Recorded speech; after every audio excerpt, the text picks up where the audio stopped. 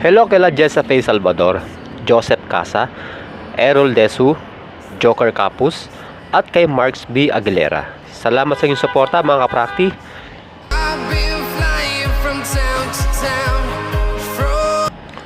Ikaw ba ay sa bahay lang nagbubuhat? Tapos 2 dumbbells lang ang gamit mo? Aba, para sa iyo ang bidyong ito. Karamihan kasi sa mga nag-home workout dyan, medyo nanliliit sila sa sarili nila. Kung ikukumpara sa taong nagbubuhat sa gym, paano nga naman? 2 dumbbells lang ang gamit niya sa bahay. Pero alam nyo ba, na kahit 2 dumbbells lang ang gamit nyo, ay kaya nyo pa ring higitan ang mga nagbubuhat sa gym? Halimbawa, dito sa chest. Kapag 2 dumbbells ang gamit mo, madalas ang mga exercise na magagawa mo dito ay incline dumbbell bench press, flat dumbbell bench press, decline dumbbell bench press, at mga dumbbell flies. Iyan ay kung meron kang adjustable bench na pwedeng gawing incline, flat, at decline. Pero madalas flat bench lang ang meron sa bahay nyo. Huwag mag-alala. Kaya pa rin palakihin ang chest nyo sa 5 techniques na ituturo ko. Kahit sa gym ako nagbubuhat, ginagawa ko ito dahil ang pagkontrol o sobrang bagal ng paggalaw ay mas nagkakaroon tayo dito ng muscle damage na magre-resulta sa mabilis na paglaki ng muscle. The best gawin dito ang 2:3 tempo. Ibig sabihin, 2 segundo pataas at 3 segundo sa pagbaba.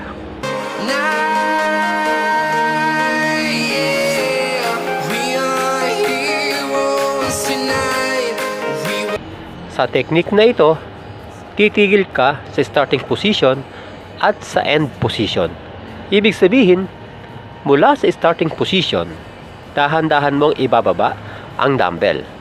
At kapag nasa baba na ito, titigil o pipigilan mo yung weights ng 2 hanggang 3 segundo. At saka mo ito itutulak pataas ng kontrolado din. At muli, titigil ka ng 2 hanggang 3 segundo kapag ang dumbbell ay nasa taas na. Pero tandaan, hindi ka basta-basta titigil sa taas, kundi dapat pinipiga mo ang iyong dibdib sa sandaling iyon.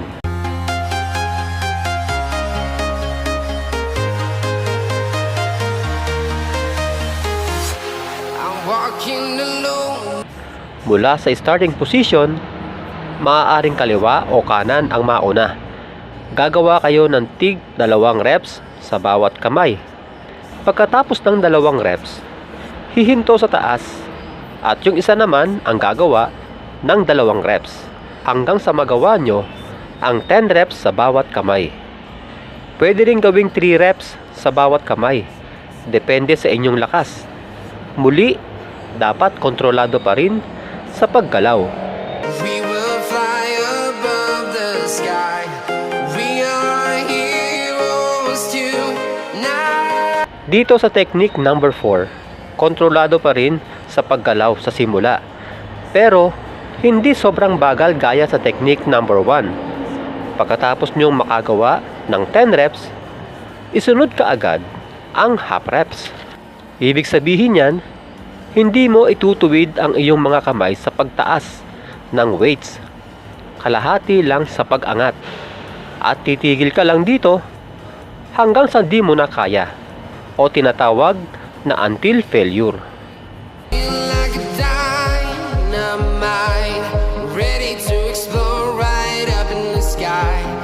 Teka, drop set ba ka mo?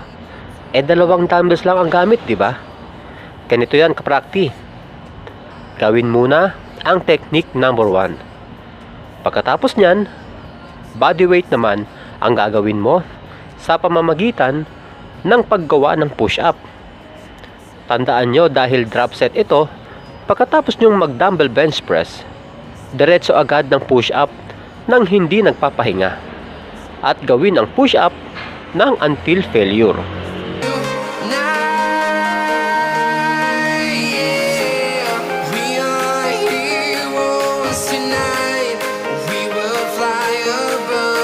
Paalala lang, hindi mo kailangan gawin lahat ng technique na ito sa isang araw lang o sa isang session lamang.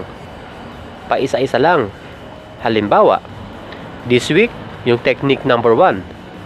After ilang linggo at wala ka nang maramdamang muscle soreness o pananakit ng muscle, ibig sabihin, nananawa na yung chest mo sa technique na yon. Dito ka na mag-iba ng technique at sigurado, babalik ulit yung muscle soreness mo.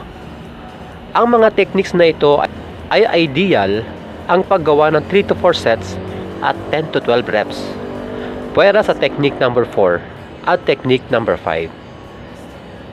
Hanggang sa muli mga kaprakti, God bless!